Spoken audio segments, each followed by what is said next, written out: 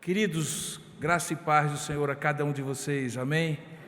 Como é bom estar num domingo como esse, na presença do nosso Deus e Pai, domingo que sempre lembramos da vinda do nosso Redentor, porque todo culto dominical, dia do Senhor, é para Cristo e não pode ser diferente, mas hoje é diferente mesmo, né?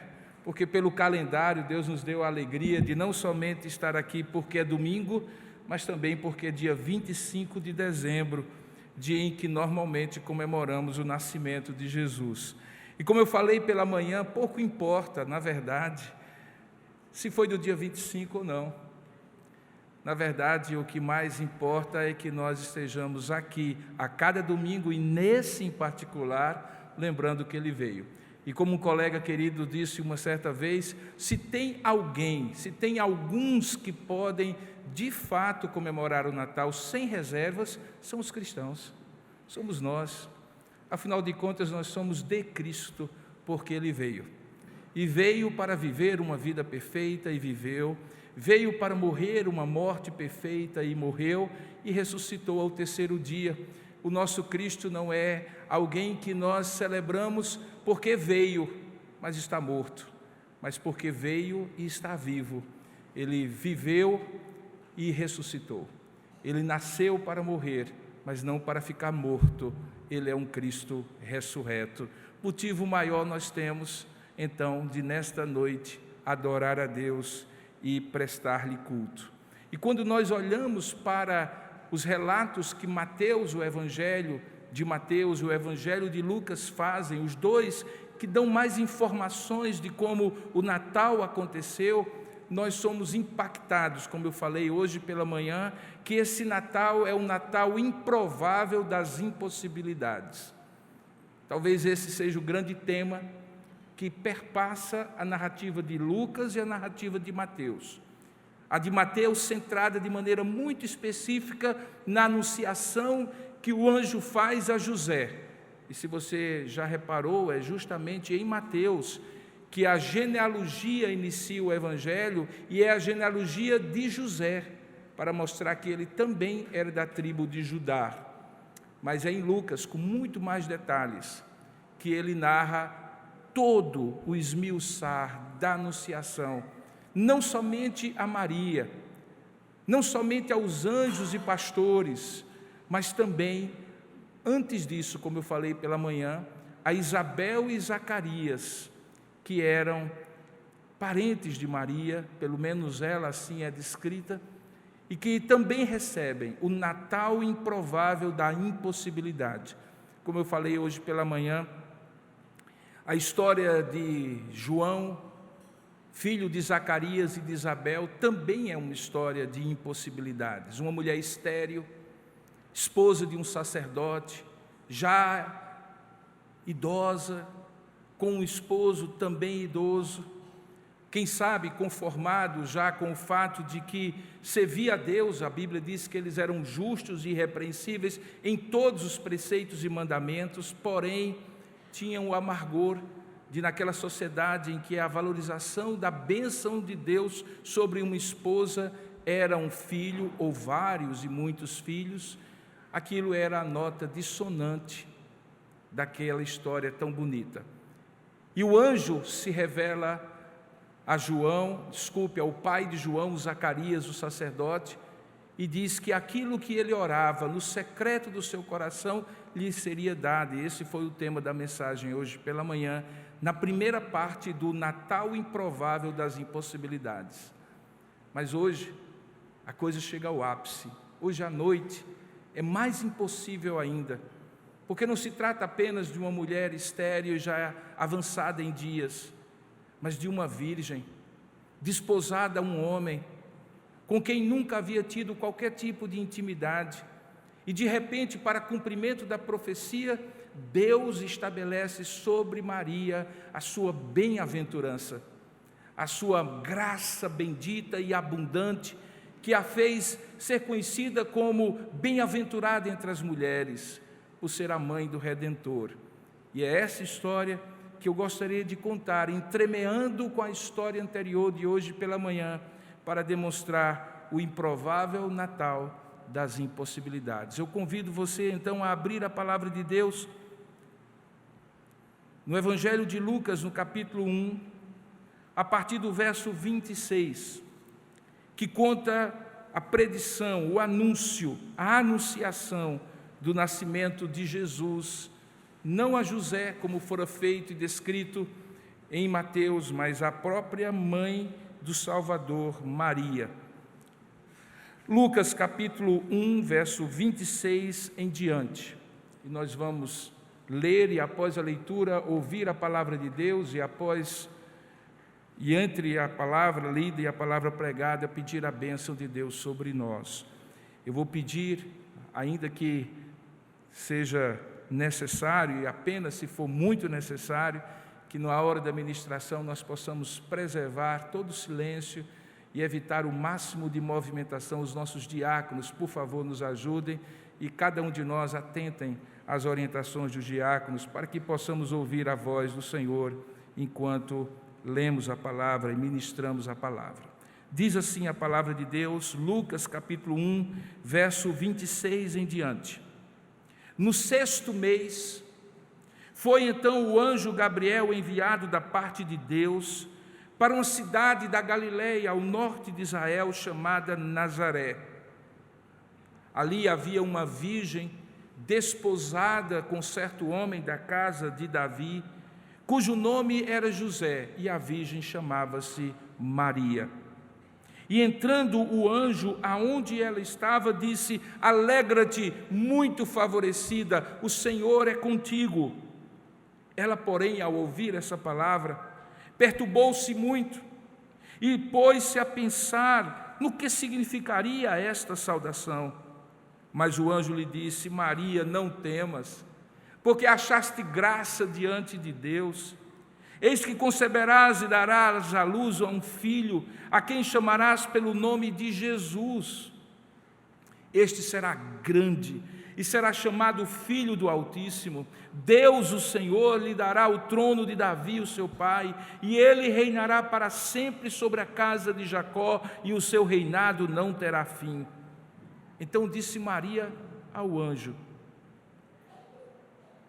como será isto? Pois eu não tenho relação com homem algum. Respondeu-lhe o anjo: descerá sobre ti o Espírito Santo, e o poder do Altíssimo te envolverá com a sua sombra. Por isso também o ente santo que há de nascer será chamado Filho de Deus. E Isabel, tua parenta, igualmente concebeu um filho na sua velhice, sendo esse já o 6º mês para aquela que diziam ser estéril, porque para Deus não haverá impossíveis em todas as suas promessas. Então disse Maria: aqui está a serva do Senhor, que se cumpra em mim conforme a tua palavra. E o anjo se ausentou dela. Que Deus abençoe a sua palavra lida e fale ao nosso coração nesta noite. É o que nós vamos orar nesse momento. Oremos. Ó Deus amado e querido Pai, rogamos a tua bênção na ministração da tua palavra, para que possamos ter a nossa mente ampliada, o nosso coração dilatado, para que possamos compreender a tua palavra. Precisamos da iluminação do teu Espírito. O mesmo Espírito que fez gerar no coração e no ventre da Virgem Maria o nascimento de Jesus, que inspirou a tua palavra, que estava sobre a face do abismo na criação, que ilumina a nossa mente quando precisamos ouvir a tua voz. Fala conosco, Senhor, e não apenas a nós que aqui estamos, mas também a todos que nos acompanham de maneira remota, para que de fato possamos compreender o improvável Natal das impossibilidades, onde manifestaste o teu poder e o teu amor para conosco. Fala conosco, é o que nós oramos, em nome e para a glória do nosso Senhor Jesus. Amém. Queridos, nos versos anteriores na história, sobre a qual foquei a minha atenção na exposição de hoje pela manhã, já havia sinais muito claros de que o Natal seria um Natal de surpresas. Talvez você nunca reparou, mas a própria palavra Natal, que tem a ver com nascimento, na verdade, é descrita no Evangelho em duas histórias que, como dois fios de uma mesma narrativa, vão sendo entretecidos. A princípio, do verso 8 em diante, o foco de Lucas é contar como nasceu o precursor de Jesus, João, que viria a ser conhecido como Batista, porque batizaria o povo. Ele, filho de Zacarias, como eu descrevi, sacerdote, homem justo, temente a Deus, e de uma mulher também justa e temente a Deus, distinguindo-se, portanto, do seu derredor, de homens ímpios que eventualmente não temiam a Deus.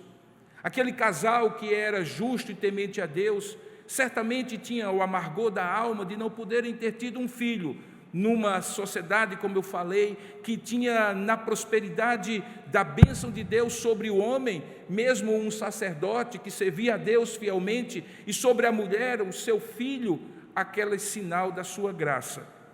A história é entretecida de tal maneira que Lucas vai puxar um pouquinho antes o fio do novelo para demonstrar que a história de João estava entremeada, entrelaçada com a história de Jesus.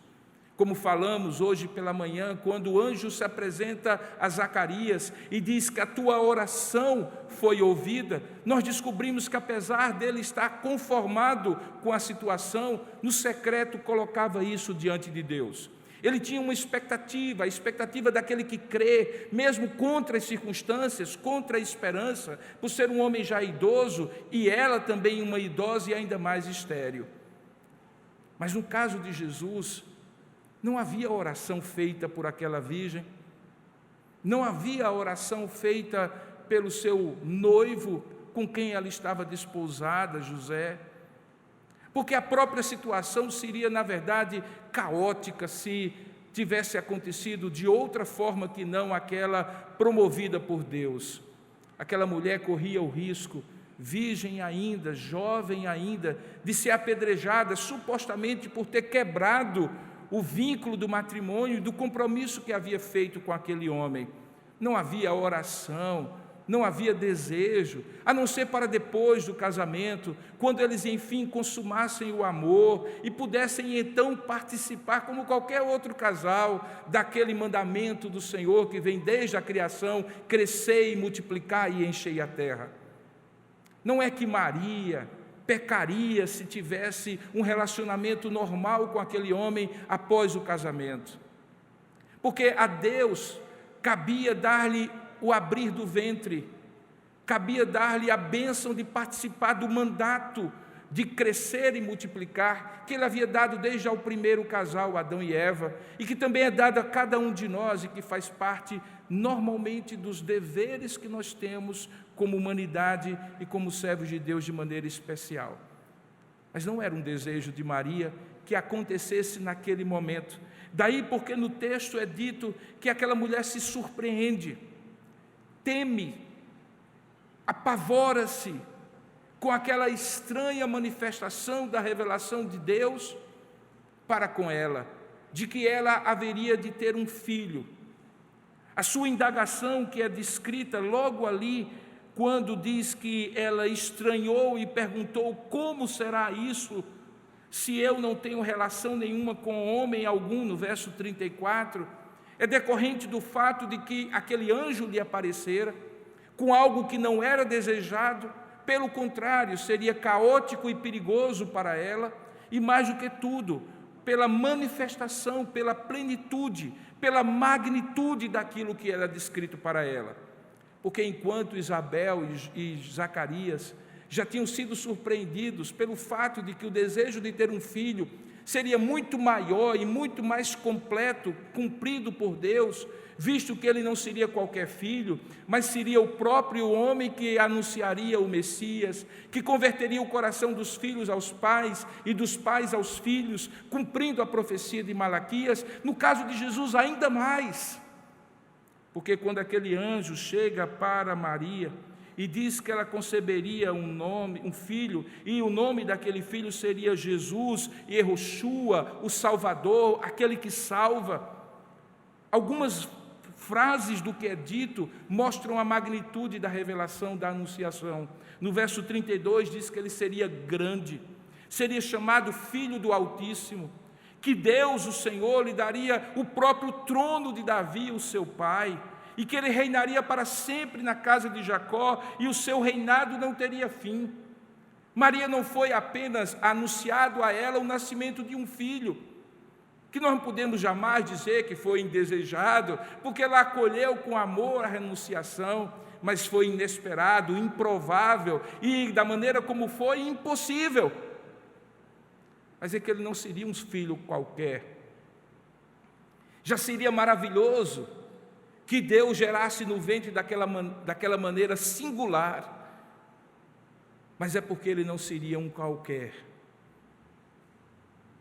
Na verdade, pensando da sua perspectiva, mãezinha, nenhum filho é um qualquer, mas há de convir você que não é todo dia e nunca aconteceu, nem antes nem depois, que Deus se apresentasse a uma mulher virgem, jovem ainda, para dizer que não apenas ela teria um filho sem relacionamento nenhum com qualquer homem, mas que no seu ventre o Espírito Santo colocaria a semente bendita do Salvador e que ele seria o próprio rei, não um rei qualquer, mas o rei esperado, o rei Messias, o ungido, o esperado por várias gerações do povo de Deus, que depois daquele silêncio de 400 anos em que Deus fechou a boca e nada mais revelou, agora apareceria de maneira miraculosa no ventre daquela virgem,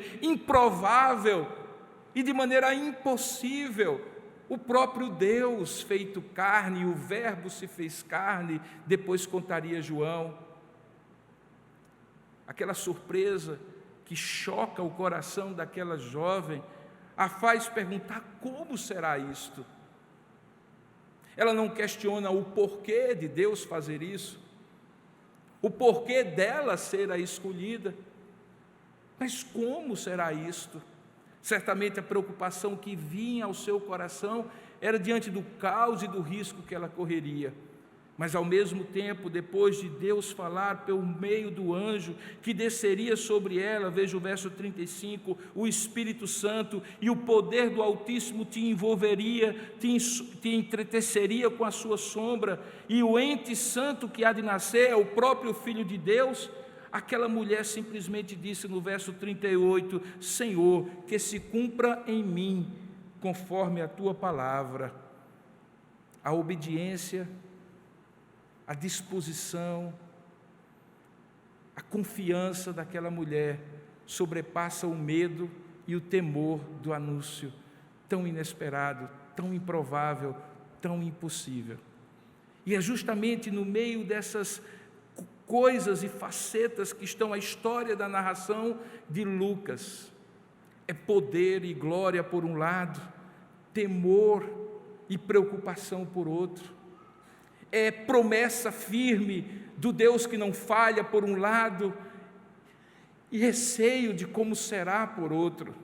E é no meio dessas fissuras e histórias que se entrelaçam de João e de Jesus, que o Senhor então revela, de maneira manifesta e completa e total, que a improbabilidade, a impossibilidade estavam superadas, porque Deus manifestaria da maneira mais inusitada, singular, improvável e impossível o seu amor para com o homem. Como eu disse pela manhã, a história é contada, profecias são cumpridas, cânticos são entoados, inclusive o mais magnífico de todos, pela própria boca de Maria, o magnificar. Reações são despertadas. Gente que não tinha nada a ver com essa história, porque não fazia parte do povo da aliança, como os magos do Oriente, são trazidos para o centro da cena da redenção e oferecem ouro, incenso e mirra, presentes que simbolizam o tríplice ofício de Cristo. A mirra, tendo ele homenageado como profeta, o incenso homenageando-o como sacerdote, e o ouro como rei, fazendo com que nele tudo aquilo que era espalhado na antiga aliança se juntasse, convergisse para que ele fosse o sumo sacerdote da nossa aliança. não apenas o profeta que profere a palavra, mas a própria palavra viva que manifesta o ser e a vontade de Deus, e aquele que, como diz o próprio texto, será chamado de filho de Davi, porque a ele dará Deus o trono e o seu reinado não terá fim. Gente que não tinha nada a ver com a aliança, como os magos, são trazidos para a cena. Pastores que eram a classe social mais desprezada daquela época, que estavam nos campos, ouvem uma milícia celestial dizendo para eles, especificamente para eles: glória a Deus nas alturas e paz na terra aos homens a quem Ele quer bem. E Herodes, o tirano, que representava aquele tipo de assédio do império mais poderoso da época, que o colocara no trono em Jerusalém, chamado Herodes o Grande, mas que se apequena na história, quando manda matar todos os infantes de 2 anos para baixo, tentando cessar a vida do Deus que é Deus da vida, do autor da própria redenção. Todos eles são colocados no centro da cena, como coadjuvantes, porque, na verdade, o grande protagonista é o Deus que torna o Natal improvável e impossível, real e concreto. E aquela concretude do Natal está simbolizada numa criança, indefesa, que precisava ser nutrido no seio da sua mãe, que precisava crescer como qualquer outra criança, mas também na graça, no conhecimento de Deus, revelar o que Deus tinha para a humanidade. Deus faz coisas improváveis e impossíveis acontecerem. Esta é a grande mensagem da redenção.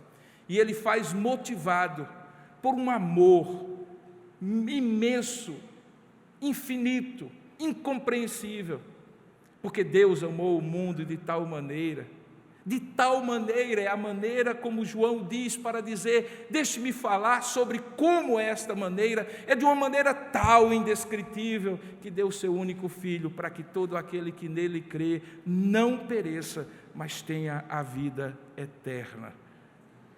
Que coisa gloriosa é quando Deus se motiva por um amor gracioso e manifesta o seu poder infinito para fazer a história da redenção acontecer na improbabilidade e impossibilidade das circunstâncias. Mas o que tem tudo isso a ver quando em 2022 nós nos reunimos hoje para celebrar esse fato? Estamos, por acaso, agora relembrando um fato histórico do calendário litúrgico, mesmo que a data possivelmente não tenha sido aos 25 de dezembro, estamos nós registrando, assim como outros personagens da história, o fato de que existiu alguém chamado Jesus. Estamos simplesmente cumprindo uma tradição religiosa, cultural, já que estamos no lado ocidental, que separa a história entre antes dele e depois dele. É isso que nós estamos fazendo? Não, irmãos.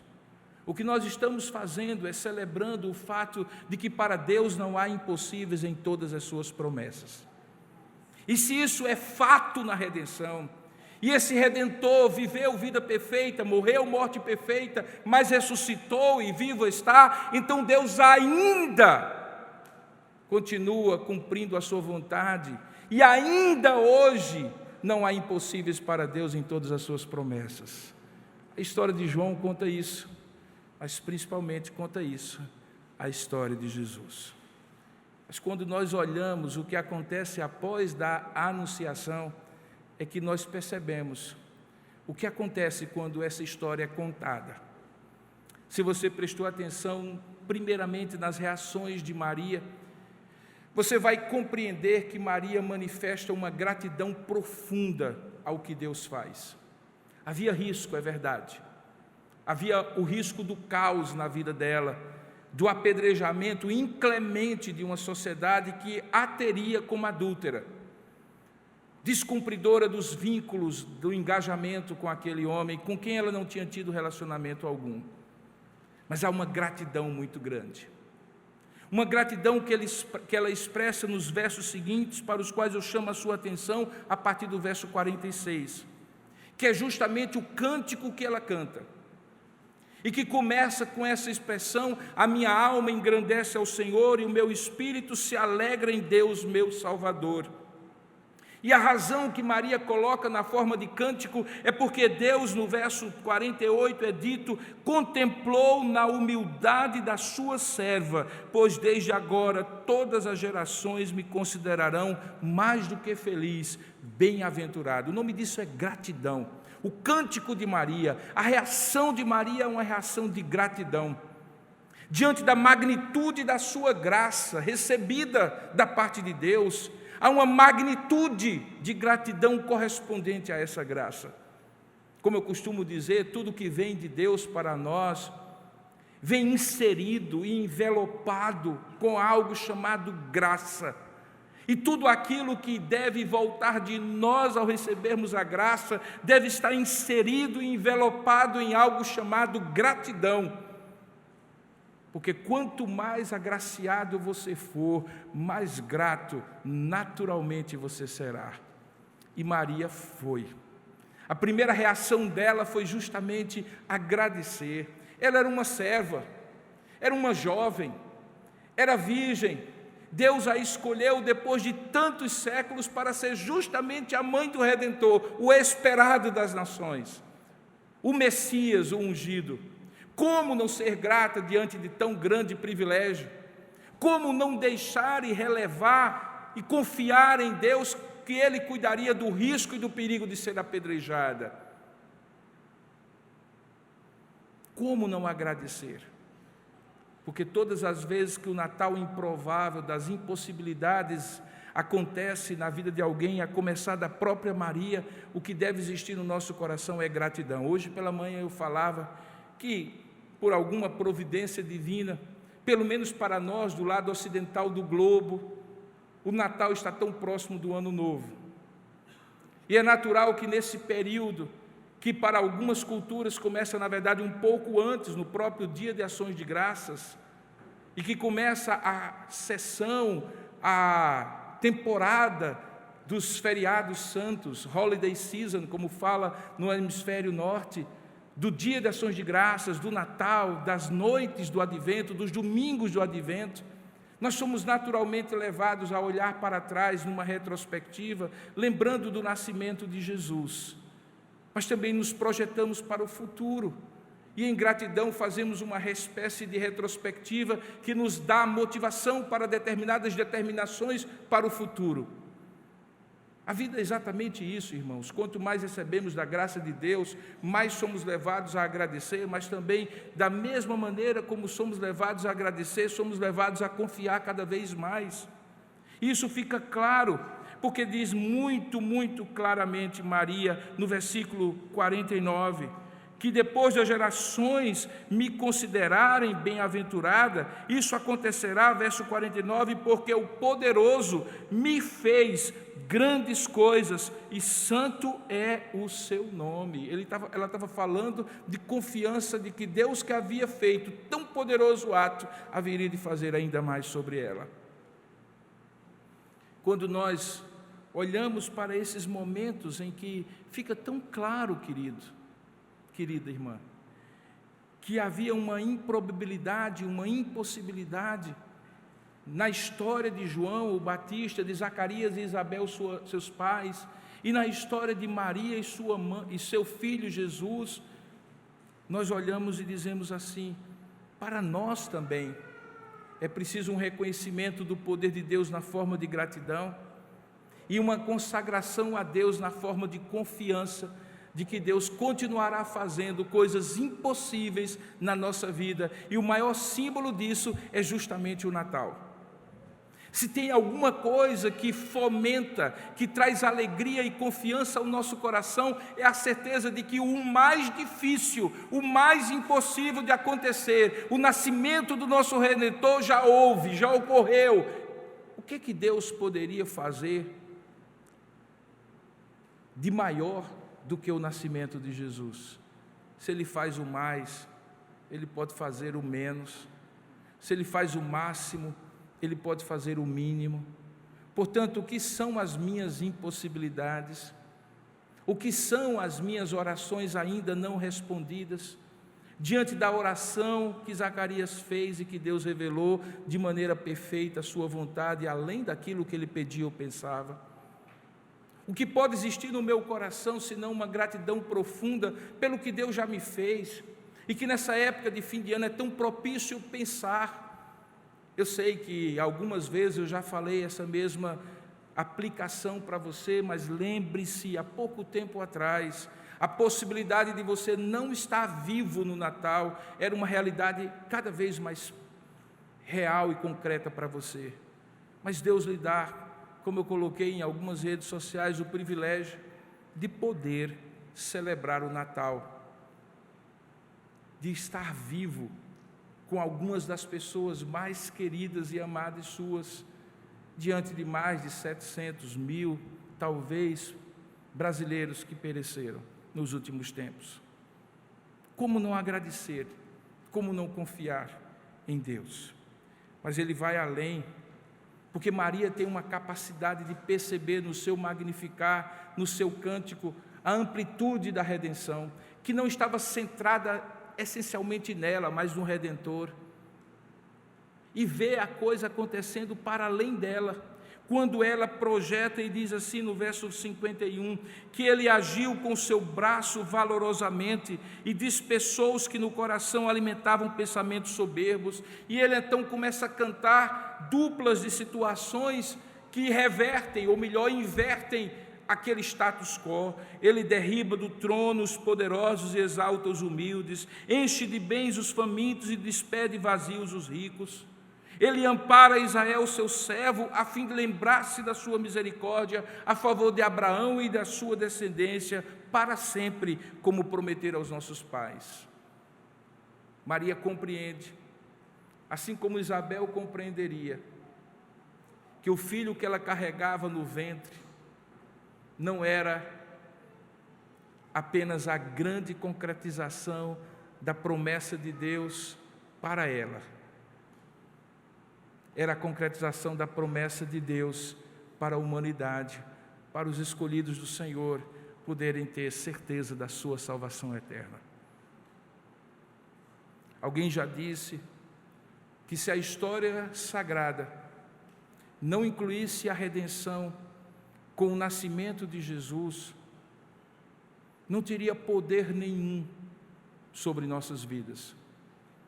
Mas é porque há a redenção, e na redenção há salvação, e não apenas para aqueles que estão como coadjuvantes do tempo e da história do nascimento de Jesus, mas para todas as gerações dos que creram depois deles, que inclui a cada um de nós que confiamos na salvação do Senhor.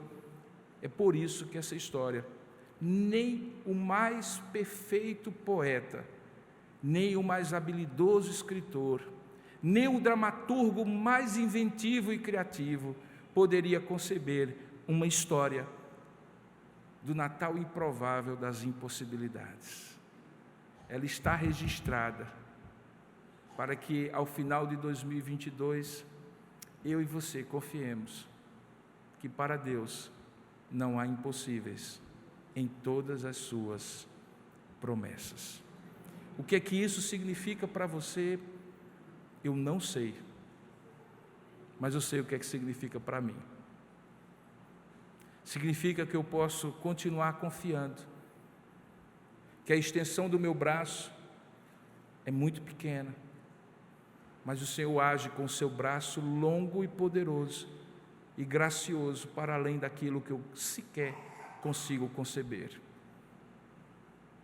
Que a amplitude do seu acolhimento é infinitamente maior do que a amplitude do meu abraço.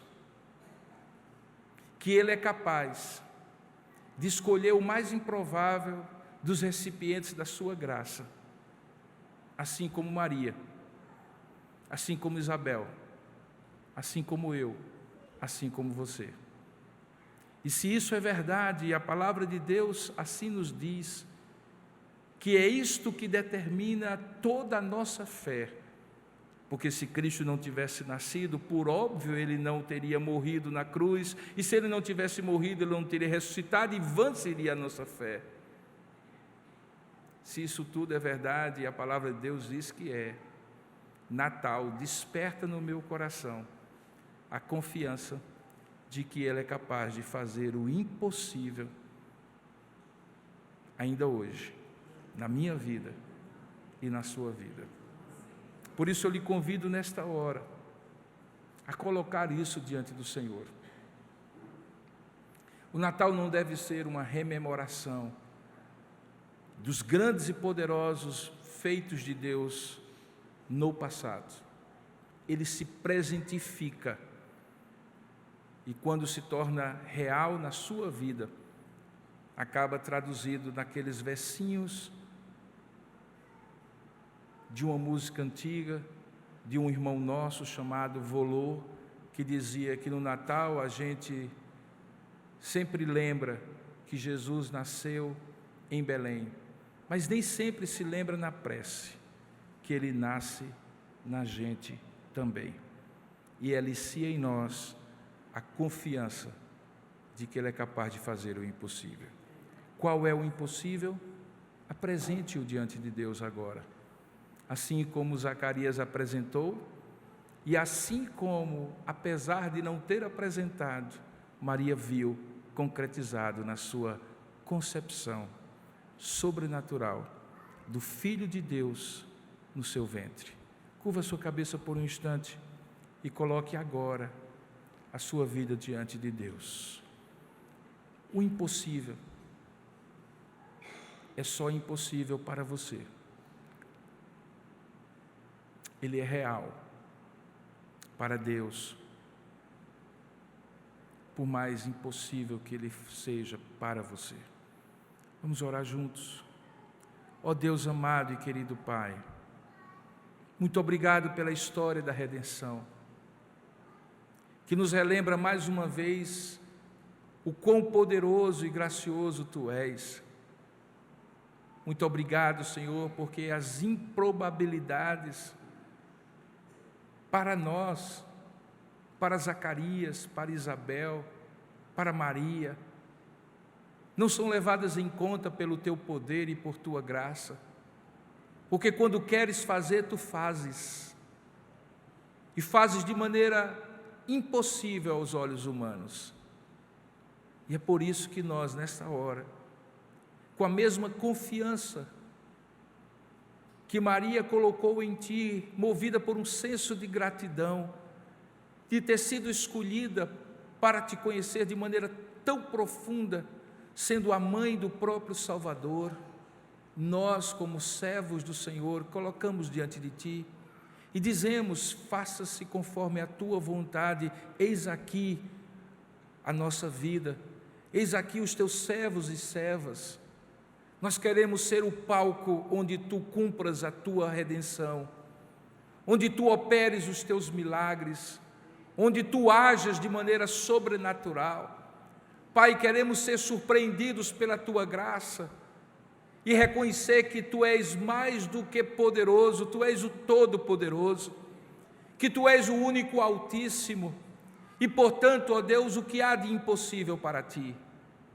Reconhecemos, ó Pai, nossas limitações e que talvez alguns dos nossos desejos não sejam conforme a Tua vontade, mas sabemos que ela é boa, que ela é perfeita e que ela é agradável para aqueles que confiam em Ti e sabem que o Senhor pode fazer infinitamente além daquilo que pedimos ou pensamos.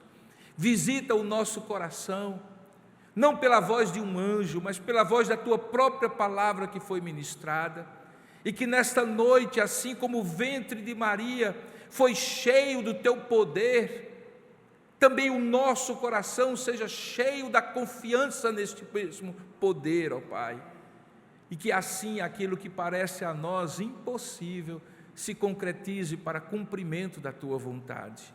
Ó Deus, fala conosco continuamente, que no Natal Deus se faz gente e o mais impossível de todo o universo acontece para que possamos crer no Deus para quem não há impossível em todas as suas promessas. Fala conosco continuamente, é o que nós oramos, em nome e para a glória do Senhor Jesus. Amém e amém.